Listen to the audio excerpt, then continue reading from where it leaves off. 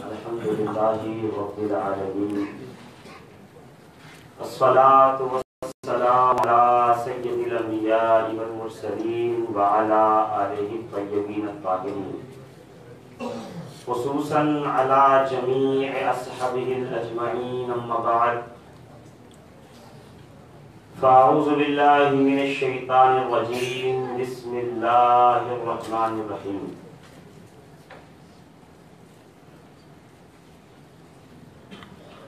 लअल्लकुम तशकुरून आमनतु बिल्लाहि सदक़ल्लाहुल अज़ीम व सदक़ा रसूलुहुन नबियुल अमीनुल मकीनुल मतीनुल करीम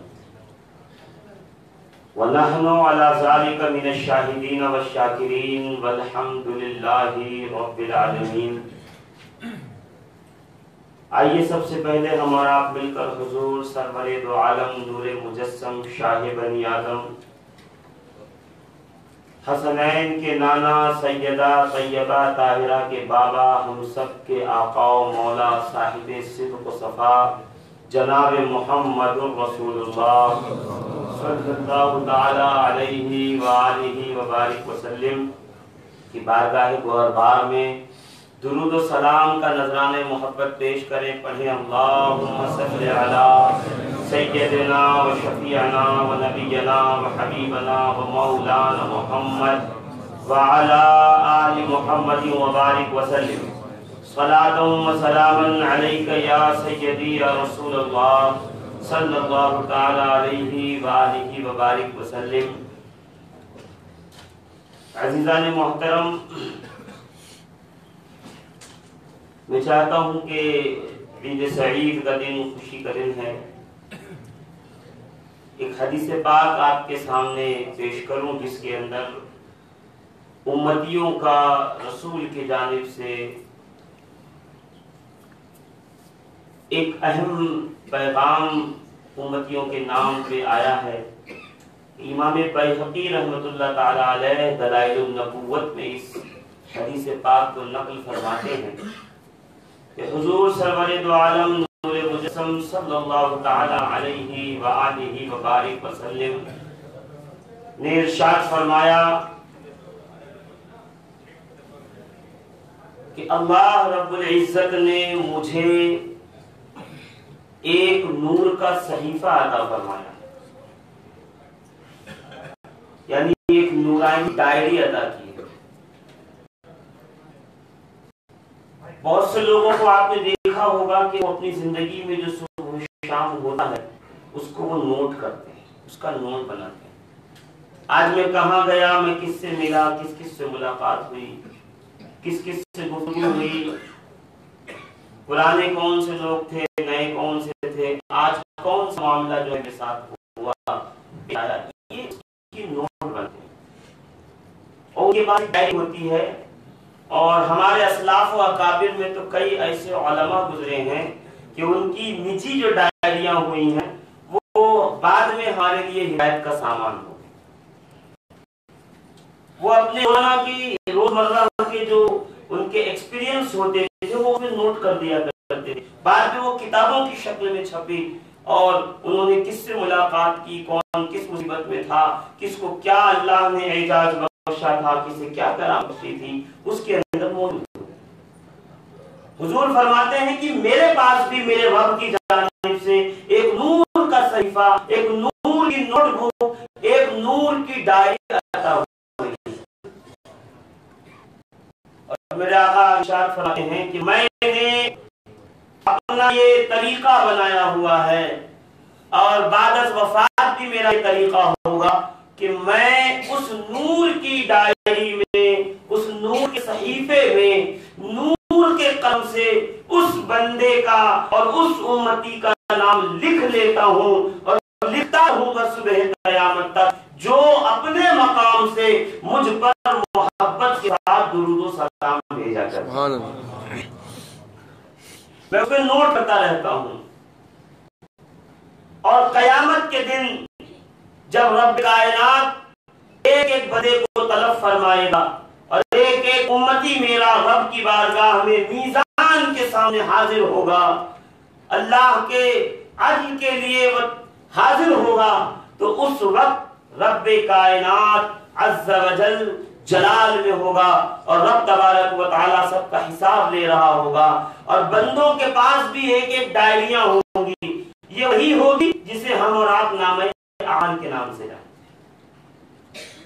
नामे आमाल हाथ में होगा, जिसके सीधे हाथ में होगा उसके चेहरे पे खुशी होगी, उसके चेहरे पे चमक होगा, उसके चेहरे पे नूर होगा।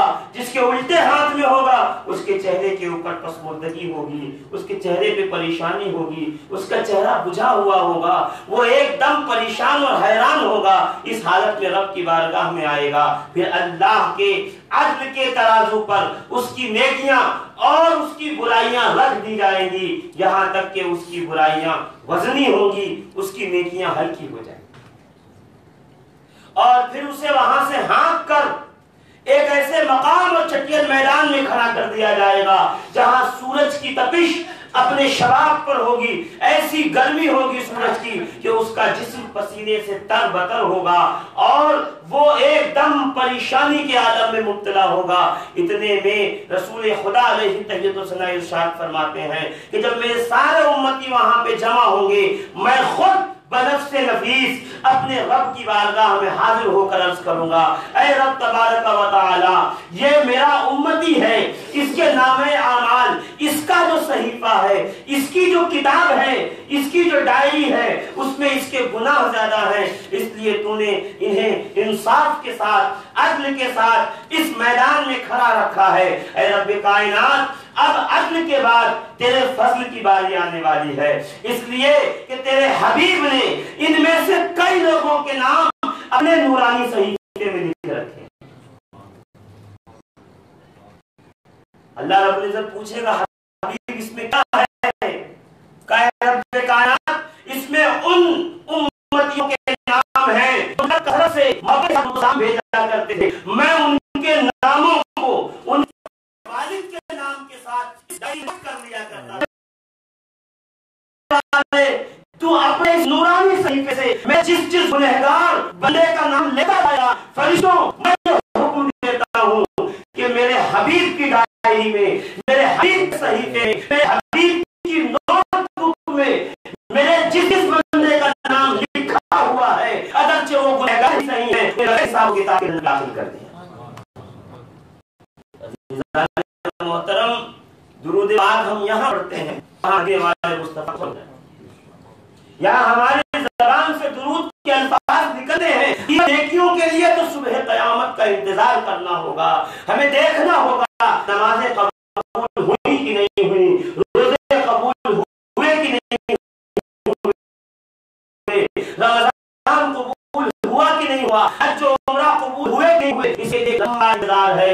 मगर दुरूद एक ऐसी बात है, रसूल खुदा के मोहब्बत के साथ मुझ पर दुरूद भेजता है, अल्लाह रब्बुल इज्जत के हुक्म से उसका दुरूद रब की बारगाह में कबूल कर दिया जाता है। मैं उसके दुरूद को पसंद कर लेता हूँ। तो अज़ीज़ान मोहतरम, बस एक बात यहाँ पे जहन में रख के चलें कि अगर हमारा नाम किसी बहुत बड़े वीआईपी और बहुत ही ऊंची दर्जा रखने वाले दुनियावी मामलात में किसी के पास अगर सेव हो और अपने पर्सनल नंबर से आपके मोबाइल पे कॉल करता हो, तो जब रिंग बजती है तो इर्द गिर्द वाले को बंदा पहले दिखाता है, देखो फला साहब का फोन है, देख रहे हैं वो मुझे पर्सनल फोन करता है, आप देखिए मेरा नंबर उसके पास सेव है, इसीलिए तो मुझे वो फोन करता है। यानी आप पूरे शहर में ढिंढोरा पीटेंगे कि भाई फला बड़े आदमी के पास मेरा नंबर मौजूद है। अजीजान मिल्लत इस्लामिया, किसी बड़े आदमी की डायरी में, किसी बड़े आदमी के कॉन्टेक्ट डायरी के अंदर, किसी बड़े आदमी के कॉन्टेक्ट लिस्ट के अंदर अगर मेरा और आपका नाम आ जाए तो ये दुनिया में फख्र का बाइस बनता है। खुदा की कसम, कयामत के दिन ये हमारे लिए फख्र का बाइस होगा जब नबी मुकर्रम अपने रब से कहेंगे, ऐ रब्बे कायनात, ऐ कादिर मुतलक, ऐ खालिके कायनात, तेरे इस बंदे का, मेरे उस उम्मती का नाम मेरी डायरी के अंदर मौजूद है, मेरे सहीफे के अंदर मौजूद है। तो आज से ही वो काम जो है दिल लगी के साथ शुरू कर दिया जाए, मोहब्बत के साथ शुरू कर दिया जाए, दिल जमाई के साथ शुरू कर दिया जाए कि जो काम करने से हमारा और आपका नाम रसूल खुदा की डायरी में लिख लिया जाता है। रसूलुल्लाह अपनी डायरी में उसे बंद फरमा देते हैं। जी मैं उस पे आ रहा हूँ। दुरूद पाक पढ़िए, अल्लाहुम्मा सल्ली अला सय्यिदिना व नबियना व हबीबना मौलाना मुहम्मद व अला आलिहि व बारिक व सल्लिम सलातन व सलामन अलैका या सय्यदी या रसूलल्लाह सल्लल्लाहु तआला अलैहि व आलिहि व बारिक व सल्लिम। अजीजान मोहतरम, इस बात को एकदम ज़हन नहीं रखें। आप दुरूद पढ़ते हो, आका वहां अपनी डायरी में दर्ज फरमा लें। सुभान अल्लाह। आप दुरूद पढ़ते हो, मेरे मुस्तफा अपनी डायरी में नोट कर देते। नूर वाला नबी नूर वाले कलम से नूर वाले सहीफे में नाम लिख लेता है। तो जिसके इर्द नामों के इर्द गिर्द इतने नूर हो जाएंगे तो फिर कयामत में भी उसके आगे पीछे नूर ही नूर होगा। फिर वो भी नूर की तरह पुल सिरात से गुजर के नूर वाली जन्नत में दाखिल हो जाए। तो अपने आप को आज से इस बात के लिए तैयार फरमा। आज ईद उल फित्र का दिन है, आज इनाम का दिन है। कल रात जो गुजरी है वो लैलतुल जायजा थी, आज यौमुल जायजा है। वहाब इब्न मंबा रज़ियल्लाहु तबारक व तआला ने इरशाद फरमाते हैं कि मेरे नबी मोहतरम सैयदी रसूलुल्लाह सल्लल्लाहु अलैहि वसल्लम ने इरशाद फरमाया कि जब ईद का दिन आता है तो सूरज निकलने से पहले पहले अल्लाह रब्बुल इज्जत फरिश्तों को हुक्म देता है, फरिश्तों जल के हर मोहल्ले और हर गली और हर कूचे हर नुक्कड़ पर जाकर खड़े हो जाओ और ईद की नमाज पढ़कर मेरा बंदा जब लौटे तो तुम सदा लगाना, तुम आवाज बुलंद करना कि लोगों गवाह हो जाओ, जमीन और आसमान गवाह हो जाओ, ये अल्लाह का वो बंदा है जो ऐसे वापस आया है जैसे अभी माँ के पेट से पैदा हुआ। ये आवाज उसकी जिन्नात और इंसानों के सिवा तमाम मखलूक सुन ले।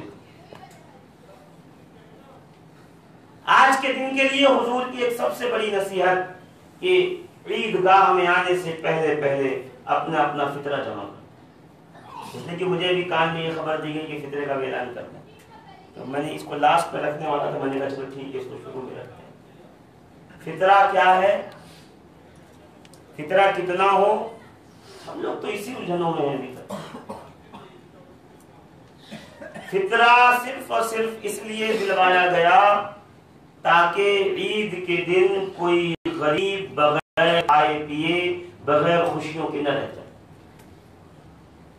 और फिर अल्लाह रब्बुल इज्जत जो हमारे रिस्क का जिम्मेदार है, जो सबको रिस्क देने वाला है, वो अलग अलग तरीके से देता है। किसी को उसकी जेब में देता है और किसी को सिर्फ ये कहता है कि तुम्हारा हिस्सा फलां की जेब के अंदर।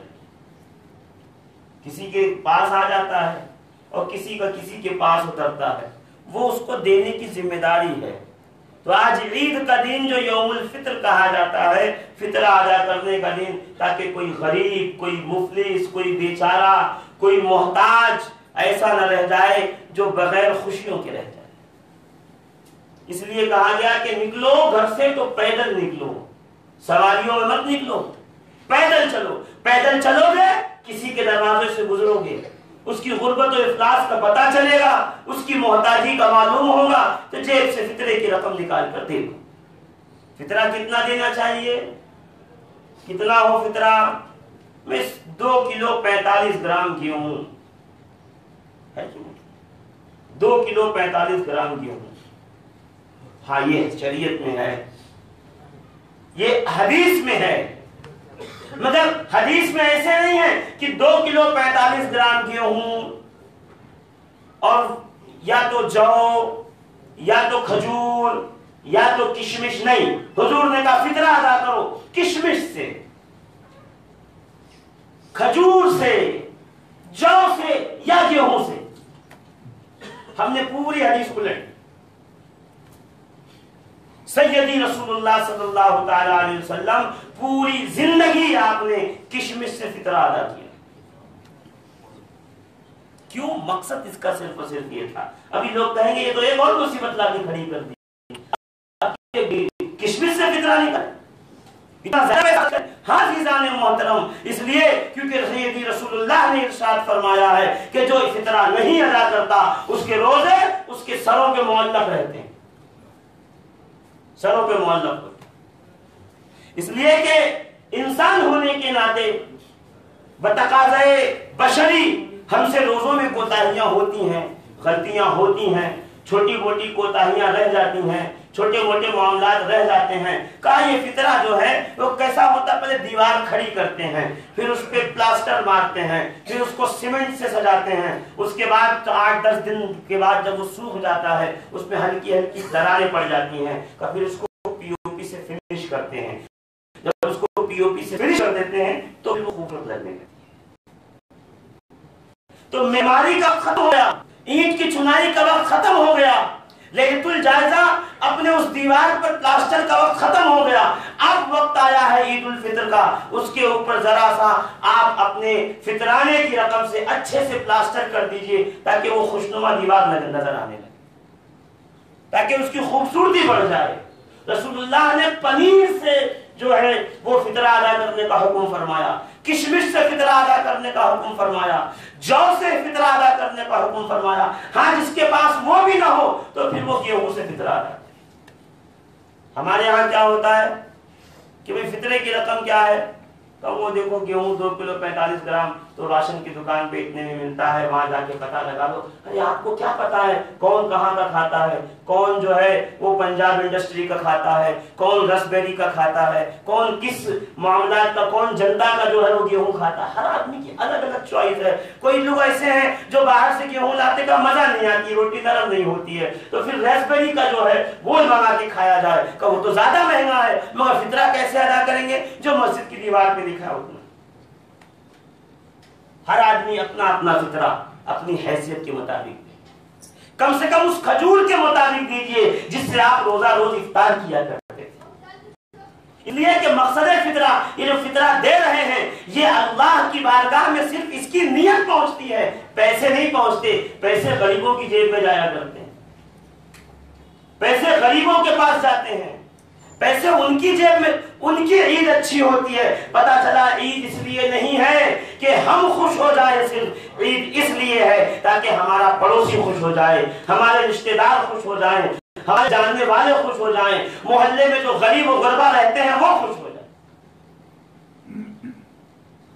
आज ईद जब निकलेंगे यहाँ से लोग नमाज पढ़ करके, और नमाज पढ़ करके फिर कैसे निकलेंगे, अल्लाह अल्लाह कि जितने लोग बेचारे आगे हैं रोज मिलने वाले हैं वो फिर इमाम साहब से आकर के मुसाफा करेंगे, हजरत ईद मुबारक हो, गले मिलेंगे, और कुछ लोग पीछे से धीरे धीरे निकल जाएंगे। पहला हक ईद मिलने का उसी को है जिसके मुंह से आपने खुतबा सुना, जिसने यहाँ पे खड़े होकर के आपको खुतबा ईद सुनाया है, जो नमाज़े ईद के अदायगी में आपका इमाम रहा है, उसका हक पहले है कि आप उसे कहें भाई मुबारक हो तुम्हें, और मुबारक हो गया ईद मुबारक हो, ईद मुबारक हो। नहीं साहब क्या ईद मुबारक हो, हदीस रसूल मौजूद है ना, तक़ब्बलल्लाहु मिन्ना व मिनकुम, अल्लाह कबूल करे हमारा और तुम्हारा दोनों से। तक़ब्बलल्लाहु मिन्ना व मिनकुम, तक़ब्बलल्लाहु मिन्नी व मिनका, ये दोनों अल्फाज आए। तक़ब्बलल्लाहु मिन्ना व मिनकुम, ये वो दुआ है जो रसूलुल्लाह पढ़ा करते थे। हमने तो नए नए तरीके निकाल दिए, पूरी रात मैसेज चलते रहे, पूरी रात व्हाट्सएप पे धन धन धन मैसेज गिर रहे हैं, धड़ाधड़ मैसेज आ रहे हैं। क्या हो रहा है, एक दूसरे को ईद की मुबारकबाद दे रहे हैं। साहब अभी ईद की मुबारकबाद क्यों दे रहे हैं आप, अभी तो ईद की नमाज हमने पढ़ी नहीं है, ईद की मुबारकबाद कैसे दे दी आपने। अभी तो हम ईद की नमाज पढ़ेंगे, सबसे पहले खुतबा सुनाने वाले से मिलेंगे, पहले उसका हक है कि उसको कहा जाए कि तुम्हें भी मुबारक हो, हमें भी मुबारक हो, बाद में अपने घर जाइएगा। फिर घर वालों के हुकूक अलग से आ रहे हैं, माँ का हक पहले है, फिर उसके बाद वालिद मोहतरम का हक है, फिर खाला का हक है, फिर फूफी का हक है, इनसे मिलते हैं हम लोग। ईद का दिन यौम सईद है, ईद के दिन अल्लाह जब कबूल करता है तो ये नहीं देखता कि कमी कितनी रह गई। तो ईद के दिन अगर हमें किसी से मिलना है तो हम ये क्यों देखें, अरे फुला से तो फला वक्त झगड़ा हुआ था, फुला वक्त उसने ताना दिया था, फुला वक्त उसने देख के चेहरा फेर दिया था, फुला वक्त उसने देख करके मुस्कुराया नहीं था। ये सब गिरने की क्या जरूरत है? आज ईद है, खुले दिल से मिलिए, ऐसे ऐसे राजी हो जाइए लोगों से जैसे अल्लाह से आप चाहते हो कि अल्लाह आपसे राजी। बंदा चाहता है ना कि अभी दुआ के लिए हाथ उठाऊं और अभी आसमान के दरवाजे खुले और फरिश्ते जो है तबक ले लेकर के जमीन पर उतर आए। तो जितनी जल्दी तुम अल्लाह को राजी करना चाहते हो उतनी जल्दी तुम बंदों से राजी। ये हुकूक है सबके मिलने के। मिलते भी किससे हैं? जो पहचान वाला है। रोड से चले जा रहे हैं, सामने से कुर्ता पैजामा टोपी लगाकर और आंख में जो है 100-100 ग्राम सुरमा लगा करके एक मुसलमान चला आ रहा है, दाढ़ी भी माशाअल्लाह है, उसको ये नहीं कहेंगे अस्सलाम वालेकुम ईद मुबारक हो। क्यों? हम पहचानते नहीं उसको। यदि मुसलमान वो है जो पहचान पहचान के ईद की खुशियां देता है, पहचान पहचान के बांटता है।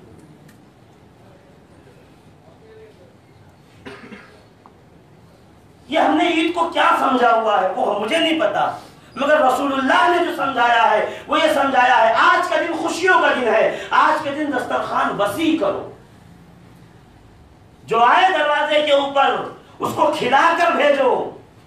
ईद का दिन खुशियों का होता है, खिलाने का होता है, खुशी का दिन खिलाने का होता है। और कैसे अल्लाह ने हुक्म दिया है कि ईद के दिन खाओ और खिलाओ।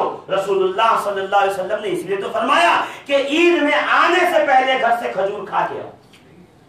मस्जिद वाले दे रहे हैं तो बहुत अच्छी बात है, अल्लाह का फजल है, एहसान है, मगर जब आओ घर से निकलो तो खजूरें खा के निकलो। या रसूलुल्लाह आप तो बहुत भूखे रहते थे, 7-7 दिन 15-15 दिन आप फाका करते थे, फिर आज इतनी खाने की जल्दी क्यों है? का ये अब्दियत है, ये बंदगी है, ये हुक्म खुदा मानना है। अल्लाह ने कहा खाओ तो नमाज बाद में पढ़ेंगे, खाएंगे पहले। हमारे यहाँ इसका उल्टा सारा मामला चलता है। और बकरा ईद में कहा वो कुर्बानी के बाद खाओ। क्यों? उससे पहले रोजे भी नहीं तो उससे बाद भी रोजे नहीं, फर्ज रोजे नहीं तो उसकी बात करो। नफल तो आप चाहे जितने हुजूर से कोई रोजा आया बिल्कुल रख ले, फर्ज की बात। ईद का दिन खुशियां बांटने का दिन है, ईद का दिन खुशियां देने का दिन है। कहीं ऐसा ना हो हम ईद मना रहे हो और कहीं दूर हमारा कोई रिश्तेदार हो जिसके यहाँ ईद मनाने की कोई गुंजाइश ना हो। हुजूर ने फरमाया कि इस तरह से फितरा अदा करो कि इंसान अपनी जरूरियात जिंदगी की जो है मामलात को पूरा कर ले। जरूरियात जिंदगी क्या है?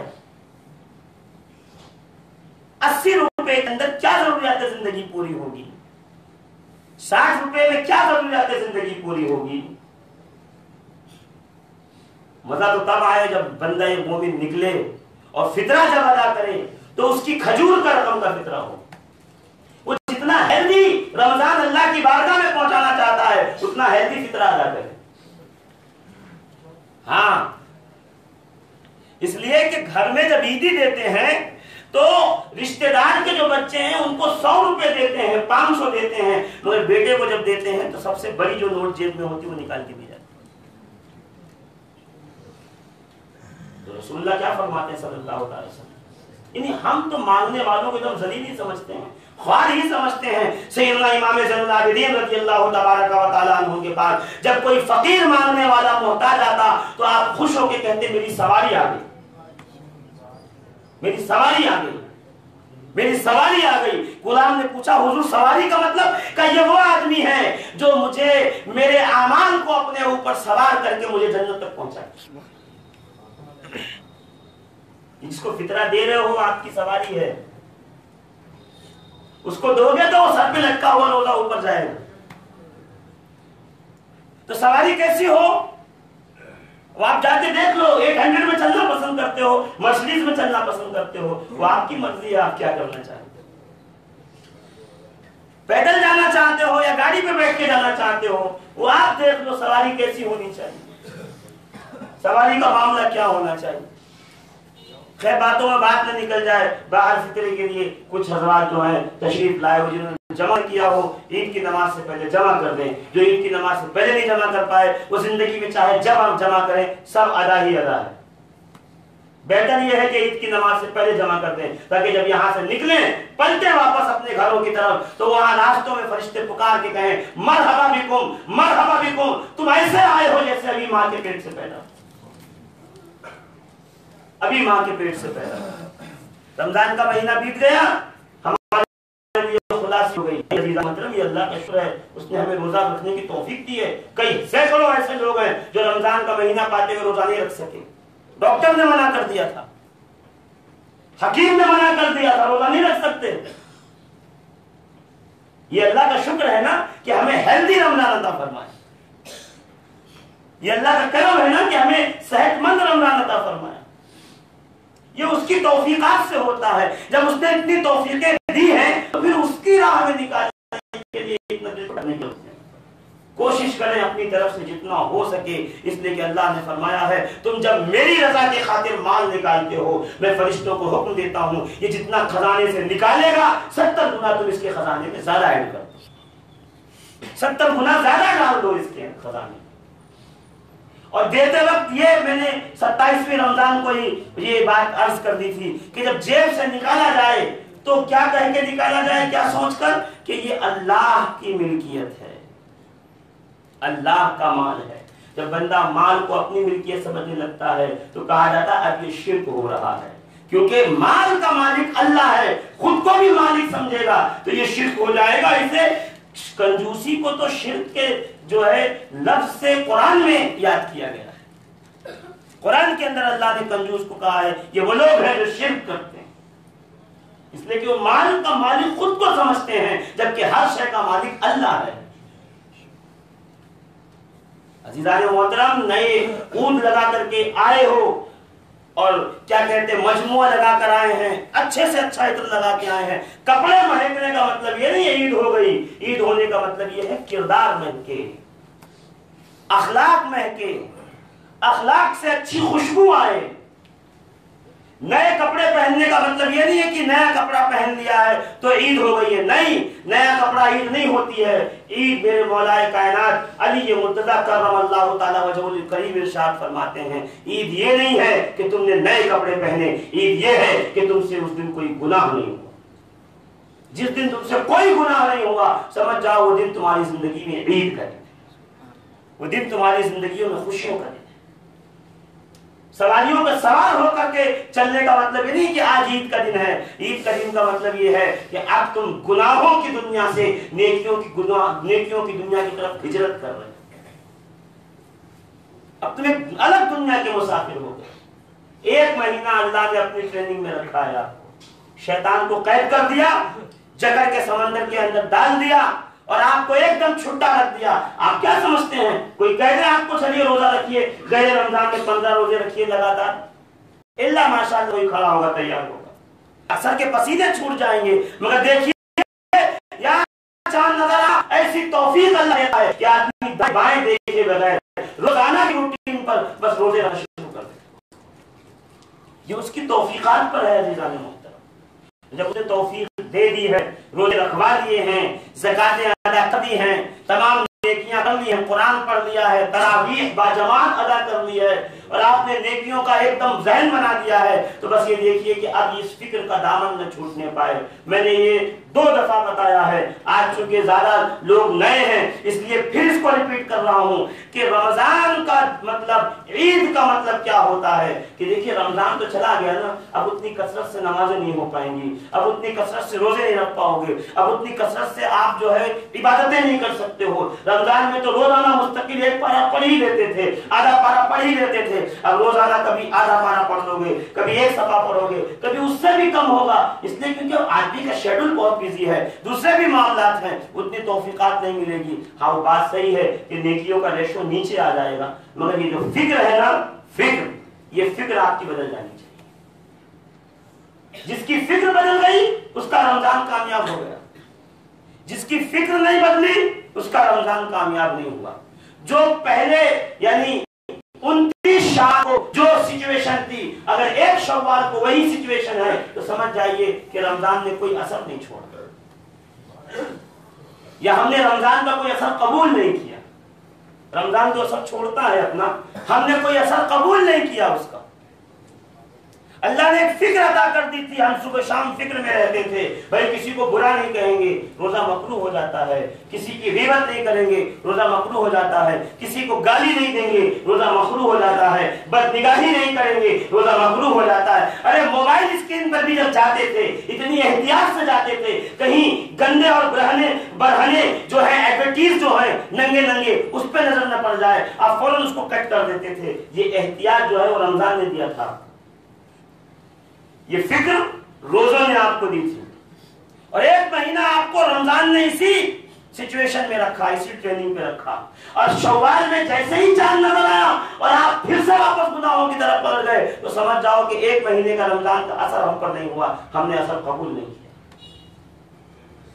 ये फिक्र हमारे पास से नहीं निकलनी चाहिए, ये फिक्र हमारे सीनों के अंदर जो है वो जामिद हो जानी चाहिए कि हम रमजान में जैसा एक महीना हमने एहतियात के साथ, गुनाहों से परहेज के साथ, बुग़्ज़, हसद, कीना, चुगलखोरी, एक दूसरों के मामलात के अंदर रखना अंदाजी, और क्या कहते हैं तौलने में कमी या असली नकली बेचने के अंदर एहतियात जितना भी किया है रमजान के अंदर, ये समझ जाइए कि पूरी जिंदगी आपको ऐसे रहे,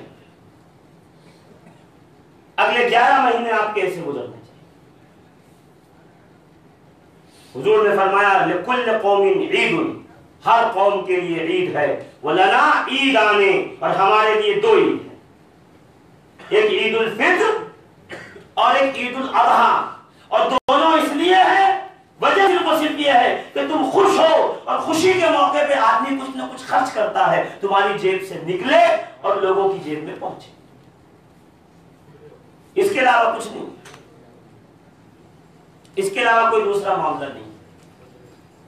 बस अल्लाह रब्बुल इज्जत चाहता है कि आपके जरिए से कुछ लोगों का माशरे में भला हो, समाज में भला हो, कुछ लोग आपके जेब के माल से ले, आप देते रहोगे तो फिर आदमी आपको देख करके दुआ के लिए हाथ भी उठा देगा, या अल्लाह इसे सलामत रख और अता फरमा, और अता फरमा। आप कंजूसी करोगे, दबा दबा के रखोगे, तो फिर गरीब आदमी महल को देख के तो कहेगा या अल्लाह महल में आग ही लग जाए तो क्या बात। हाँ, फिर उसके मुंह से ये जुमले निकलेंगे, आप एहसान करते रहोगे, आप एहसान का बोझ डालते रहोगे, आप अल्लाह के फरामीन पे अमल करते रहोगे, बंदा अल्लाह के साथ साथ आपका भी मुतशक्किर होगा, आपका भी शुक्रगुजार हो जाएगा। रसूल खुदा ने फरमाया कि जैसे ही शव्वाल का चांद नजर आता है, वैसे ही जो है अल्लाह रब्बुल इज्जत आसमानों पे ऐलान कर देता है, फरिश्तों आज लैलतुल जायजा है, कल यौमुल जायजा है, इस बात पे मुस्तैद हो जाओ, जिस जिस बंदे ने मेरी बारगाह में सजदा किया था, रोजे रखे थे, एहतियातें की थी, मैंने सबकी बख्शिश कर दी है, सबके रिस्क में 70% इजाफा कर दिया है, सबको मैंने बरकतों से नवाज दिया है, सबके दामन में बरकतें डाल दी हैं। अजीज़ान मोहतरम, 30 दिन जो एहतियात से रहे, 31वां दिन या 29 दिन जो 29 और 30 के महीना होता है, का एक महीना जो एहतियात से रहे, उसके फौरन बाद अल्लाह कहता नहीं, जब तक इनकी ईद ना हो जाए, खुशियां ना हो जाए, अल्लाह रब्बुल इज्जत इरशाद फरमाता है कि मैं उस वक्त तक अपने अर्शे बनी पर अपनी कुदरत के मुताबिक नहीं वापस लौटूंगा, जब तक मैं बंदों पर अपने फैज के दरिया वार न कर दूं, खोल अपनी कुदरत के मुताबिक। तो जब 30 दिन एहतियात करो, एक महीना, और अल्लाह ईद देता है, तो जो बंदा पूरी जिंदगी एहतियात करके रब की बारगाह में हाजिर होगा, फिर उसकी कैसी ईद होगी, फिर उसकी कैसी ईद होगी, का उसकी ईद ऐसी होगी। रब कायनात इरशाद फरमाएगा फरिश्तों से कि ए फरिश्तों, ये वो बंदे मोमिन है जो दुनिया में मेरी रजा खातिर जीता था, आज इससे पूछो कि इसकी रजा क्या है। और फिर अल्लाह उसको उस जन्नत में दाखिल फरमाएगा जो जन्नत सिर्फ 3 लोगों के लिए है, अंबिया के लिए, शुहदा के लिए, और तीसरा वो जो अल्लाह की रजा में राजी हो। ईद के दिन की गरीब परवरी, ईद के दिन की मोहताज परवरी, मोहताजों को देना, गरीबों को, हम जाएंगे ना यहाँ से भी तो जेबों से पैसे निकाल के बच्चों को 100 का, 500 का, 2000 का नोट पकड़ाएंगे, तो एक 10-10 के नोट का भी जो है वो 200-500 की छुट्टी होनी चाहिए। रास्ते में किसी गरीब का बच्चा दिख गया, उसको भी 10 रुपए निकाल के दे, अपनी जेब से उसको भी 10 रुपए दे। आपकी तरफ से ईदी होगी, कुछ नहीं जाएगा, 10 रुपए जाएंगे। मगर सोचो तो सही, जिसका बाप दिन में कमा करके ही 200 रुपए लाता है, मुश्किल से घर चलता है, उसके बच्चे को 10 रुपए ईदी मिलेगी, उसके दिल से कितनी दुआएं निकलेंगी, उसके दिल से कितना जो है तुम्हारे लिए जो है उसके दिल से अच्छी अच्छी दुआएं निकलेंगी। और फिर उन दुआओं के सबको तो फिर अल्लाह ताला आपकी दीन और दुनिया दोनों को बना। आज ऐसे भी लोग हैं दुनिया में, हमें लगता है क्योंकि अड़ोस पड़ोस में, ये बंबई शहर है, इसमें माहौल ऐसा नहीं है, अल्लाह का फजल एहसान है कि ऐसे लोग सोसाइटियों के अंदर और ऐसे एरिया में रहते हैं। ये एरिया जो है, यहाँ से ईस्ट में चले जाएं आप, जो शरीफ वेस्ट से ईस्ट में चले जाएं, और ईस्ट में भी उन इलाकों में चले जाएं जहां झुग्गी झोपड़ियां हैं, वहां जाकर के आज भी देख लो कि लोग अपने घरों में बैठे खुशियां मना रहे हैं। कुछ मुसलमान औरतें और बच्चे ऐसे भी हैं जो अपने टूटे फूटे बर्तन लेकर के इस इश्तिहार में और इस लालच में निकले हैं कि कोई अपने घर की एक प्याला सेवई मेरे इस टूटे हुए प्याले में डाल दे तो मैं भी खा। हदीस पाक में है, रसूल खुदा, ये वाकया हर बार सुनाया जाता है आपको, मैं फिर से सुना रहा हूं आपको, इसलिए कि ये हुजूर ने अमल किया ही इसलिए है कि बंदा हर बार सुने और दिल की कैफियत ताज़ी। सरवरे दो आलम सल्लल्लाहु तआला अलैहि वसल्लम मदीनतुल मुनव्वरा की सरजमीन में अपने घर से निकल करके है वो तशरीफ ले जा रहे थे, कहां पर? ईदगाह की तरफ, ईद उल फित्र का दिन। सरकार ने देखा कुछ बच्चे खेल रहे हैं, हुजूर खुश हुए, सलाम किया सरकार ने आगे बढ़कर। सरकार बच्चों को सलाम किया करते थे। आज हम तो सोचते हैं यार हमारी दाढ़ी सफेद हो गई, ये 5 साल के बच्चे को सलाम करूंगा तो कैसा लगेगा। हमारे यहाँ क्राइटेरिया होता है, हाँ तुमने सलाम नहीं किया, तुम्हें सलाम करना चाहिए, तुम छोटे हो ना। ये कहां लिखा होगा जो छोटा हो सलाम करे? जो पहल करे उसके लिए नेकी है, तो आगे बढ़ करके वो अपना बारी ले ले जिसको नेकी चाहिए, बात खत्म हो गई। अब इस चक्कर में क्यों पड़े हो, तू करे कि नहीं करे, और मैं रिश्ते में बड़ा लगता हूं, तू बड़ा लगता नहीं। साहब जो बढ़कर सलाम करेगा उसको उसका अजर मिल जाएगा। हुजूर ने सलाम किया, सलाम करके सरकार आगे बढ़े, क्या देखा? एक कोने में एक बच्चा बैठा हुआ ज़ारो क़तार रो रहा है, उसके कपड़े साफ नहीं है, गंदे कपड़े, फटे हुए कपड़े। हुजूर तशरीफ ले जा रहे थे, नया लिबास से तन किया था, सरकार जाके मिट्टी में उसके पास बैठ गए, मिट्टी में बैठ गए सरकार उसके पास और पूछा क्या बात है, आखिर तेरी हालत ऐसी क्यों है ईद के दिन? उसने कहा या रसूल अल्लाह मैं यतीम मदीना हूं, मैं एक यतीम हूं, मेरा बाप फलां गज़वे में जो है शहीद हो गया, अगर वो होता तो आज मेरी इन बच्चों की तरह खेल रहा हूं। हुजूर सल्लल्लाहु तआला अलैहि वसल्लम ने फौरन उस बच्चे का हाथ पकड़ा, अपने घर लाए, सैयदा आयशा सिद्दीका को कहा या हुमैरा कद अतिल यतीम, हुमैरा यतीम आया है दरवाजे पर। सैयदा आयशा जल्दी से उठकर खड़ी हो गई, या रसूल अल्लाह, कहा इसे नहलाओ, इसे गुस्ल दो।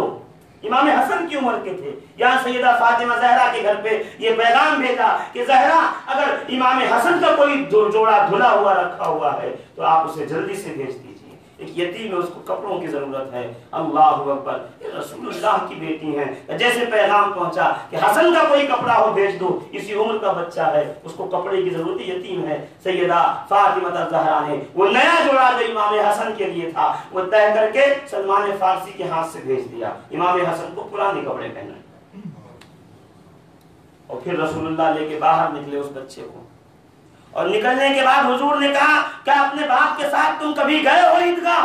कहा या रसूल अल्लाह, मैं छोटा था तो मेरे वालिद मुझे ईदगाह ले जाते थे। ऐसे कैसे ले जाते थे? कि मेरा वालिद मुझे अपने कांधों में बिठा के ले जाते, कांधों में बिठा करके हुजूर सल्लल्लाहु तआला अलैहि वसल्लम अपने दोनों घुटने जमीन पर रख देते हैं, और रखने के बाद उस बच्चे को उठा करके उसके नंगे पैर मिट्टी में सने हुए हैं और मिट्टी लगी हुई है पैरों में, अपने कांधे पे बिठा करके चलने लगते हैं। अल्लाहु अकबर। अब उन्हीं बच्चों के पास से जब गुजर हुआ तो बच्चे पुकार के कहते हैं ये क्या हो गया, ये क्या हो गया? वो बच्चा कांधे पे से पुकार के कहता है, ये किताबों में है, कांधे से पुकार के कहता है तुम देख नहीं रहे हो मुझे मोहम्मद जैसा बाप मिल गया है, आयशा जैसी मां मिल गई है, फातिमा जहरा जैसी बहन मिल गई।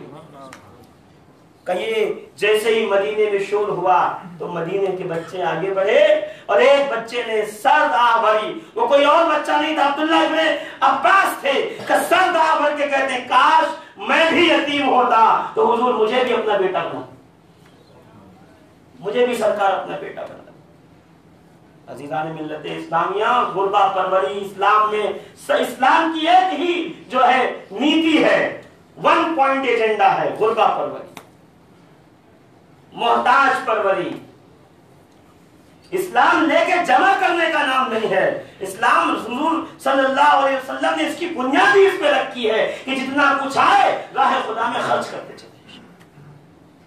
तो अभी आप निकले बाहर, मुझे पता है अल्हम्दुलिल्लाह आप हजरात जो हैं वो अपनी जो है वो ज़कातें भी निकाल चुके हैं, अपने फितराने भी अदा कर चुके हैं, उससे जायद ये कीजिए। बस वो बात जो मैंने अभी ज़कात के मैटर में यहाँ पे रमजानों में कह दी थी, वो मुझे दोहराने का दिल कर रहा है कि रसूलुल्लाह सल्लल्लाहु अलैहि वसल्लम ने एक सहाबी को भेजा कि देखो इतना इतना हिसाब बनता है ज़कात का, ऊँटों पे फला जंगल में चले जाओ, मेरा एक सहाबी रहता है, उसके पास ऊँट है, उससे ज़कात लेके आओ। ये पहुंचे वहां पे, कहा कितने ऊँट है लाए जाए, जंगल से सारे ऊँट जमा किए, आपने शुमार किया, गिना, हिसाब लगाया, कैलकुलेशन किया, कहा देखो एक साल की एक ऊँटनी का बच्चा जो है वो दे दो, ये तुम्हारी ज़कात बनती है ताकि यहां से लेके जाओ। वो साहबी रसूल क्या कहते हैं, अरे एक साल की ऊँटनी की बच्ची न दूध देती है न सवारी के लिए काम आएगी, और ज़कात होती इसलिए है ताकि मुसलमानों का भला हो। तो ये एक साल जो ज़कात बन रही है, ये एक साल के ऊँटनी का बच्चा, इससे तो मुसलमानों का भला होगा नहीं। नहीं नहीं, मैं ये नहीं दूंगा, मैं तो तंदुरुस्त दूंगा। देख रहे हैं आप, हमारी कोशिश ये होती कहीं से बच जाए, कहीं से रह जाए। आजकल का जहन ये है कि कहीं ना कहीं से हिला बन जाए, चार लोगों से पूछो ताकि कोई ना कोई वो जवाब बता दे जिससे हमारा फायदा हो जाए। या कहा मैं ज्यादा दूंगा, या ये कह रहे मैं ज्यादा नहीं सकता, वो कह रहे मैं ज्यादा दूंगा, इससे कोई भला मुसलमानों का नहीं है। लड़ाई होने लगी, तू मैं होने लगी, मतलब आपस में गुफ्तगू होने लगी। वो हमारे जैसे नहीं लड़ते थे जैसे हम लोग लड़ते हैं, आंखें लाल कर लेते हैं, गुस्से में आ जाते हैं, जलाल में। वहां जलाल वाला नहीं था, वो सब मोहब्बत थे, रहमाओ बैनहुम, वो सब आपस में मोहब्बत किया करते थे, कोई झगड़ा वगड़ा नहीं था। वो गुफ्तगू बढ़ गई, कहीं मैं तो सरकार ने हिसाब बताया मैं उतना लूंगा, वसूलने वाला कितना अच्छा था। हाँ, यहाँ तो वो मुहस्सिलीन चंदा करने वाले आते हैं, बिना रसीद के आप 100 रुपए दे दो, पहुंच जाए वहां पे तो फिर जो कहूं मैं वहां जाऊं। अल्लाह माशाअल्लाह, यहाँ आपने बगैर चंदे के पैसे दिए और रसीद के वहां गए। ये हमारे मुहस्सिलीन हैं जो हुजूर चंदे के लिए निकलते हैं, और वो रसूलुल्लाह ने भेजे, तरबियत याफ्ता। कमाई इससे एक दिन बड़ी नहीं लूंगा, बस यही चाहिए। कहा नहीं मैं तो ज्यादा दूंगा, जज्बा नेकी का।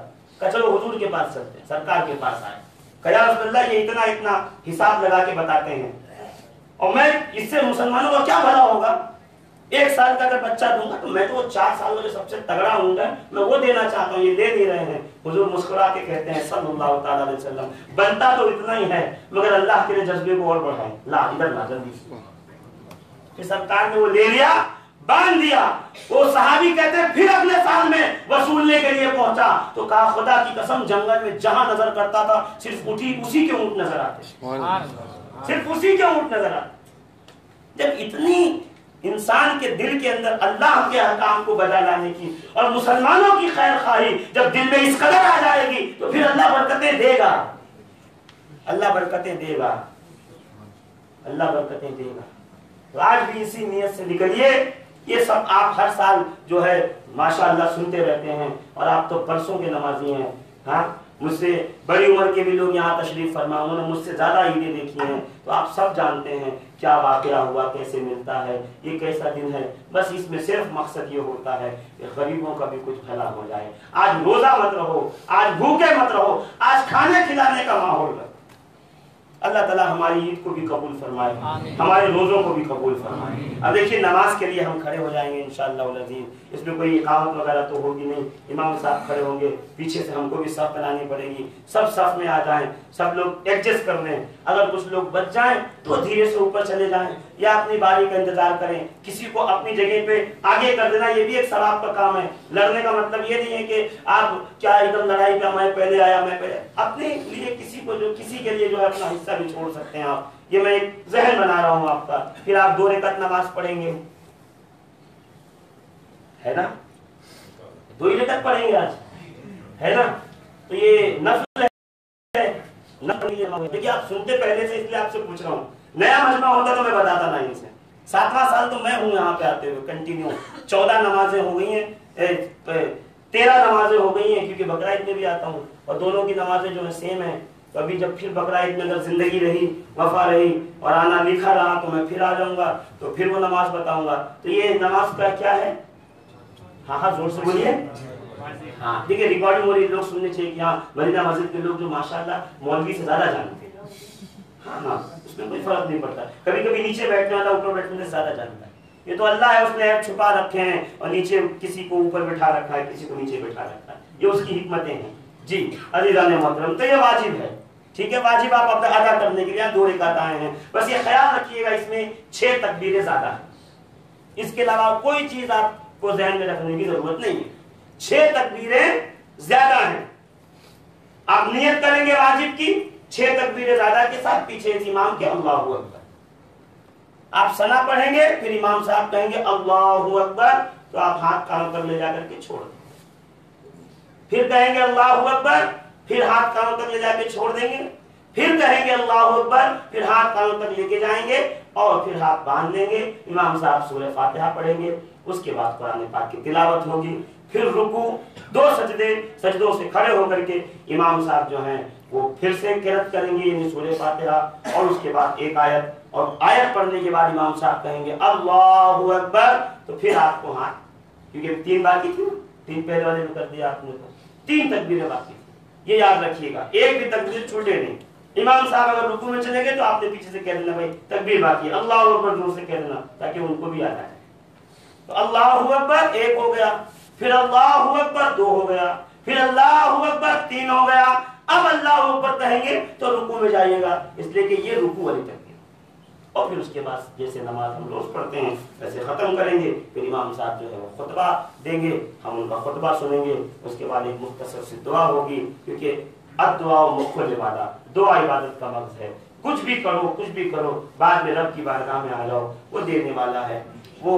और फिर उसकी बारगाह में ऐसे आओ निदामत के साथ एकदम, क्योंकि एक फकीर भी जब मांगता है तो उसका चेहरा बना के मांगता है। पीछे गली में वो मुस्कुरा रहा होता है, मगर आपके सामने आएगा कर देगा, क्यों? उसको पता है चेहरा बिगड़ जाएगा, इसका दिल पसीज जाएगा, ये उसको रहम आ जाएगा। तो वो तो 70 माओ से ज्यादा प्यार करता है। थोड़ा निदामत के साथ आ जाएंगे आज के दिन, इंशाअल्लाह 1 महीने की जज़ा जो है ऐसे ही हमारे दामन में झोली में डाल देगा अल्लाह रब्बुल इज्जत। उसके बाद यहाँ से निकलने से पहले बहुत जल्दी है तो बिल्कुल चले जाइए, आपको कब्रिस्तान जाना है, वहाँ फातिहा पढ़नी है। जाहिर सी बात है जो लोग हमें यहाँ दुनिया में आने का सबब बने थे, अगर आज लोग कब्रिस्तान के अंदर हैं उनको भी याद करना चाहिए आपको।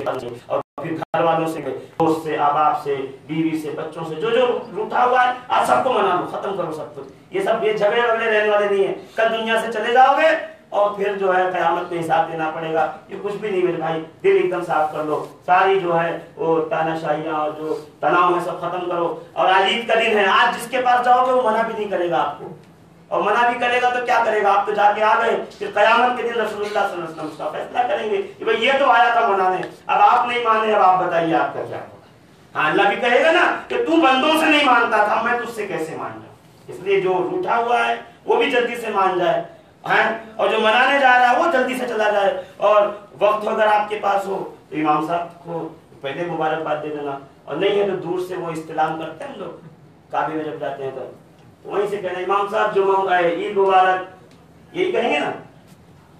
अरे हाँ या ना बोल दीजिए, बात खत्म कर दो। हाँ, तक़ब्बल अल्लाहु मिन्ना व मिनकुम।